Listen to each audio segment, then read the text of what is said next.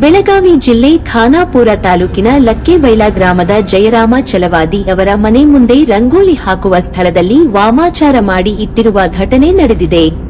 ಮನುಷ್ಯನ ಆಕೃತಿಯಾಗಿ ಗೊಂಬೆ ಮಾಡಿ ಅದರ ತುಂಬೆಲ್ಲ ಮೊಳೆ ಚುಚ್ಚಿ ಗುಲಾಲ ಹಾಕಿ ಮನೆಯ ಮುಂದೆ ಇಡಲಾಗಿದೆ. ಇದರಿಂದ ಈ ಮನೆಯವರು ತುಂಬಾ ಭಯಭೀತರಾಗಿದ್ದಾರೆ.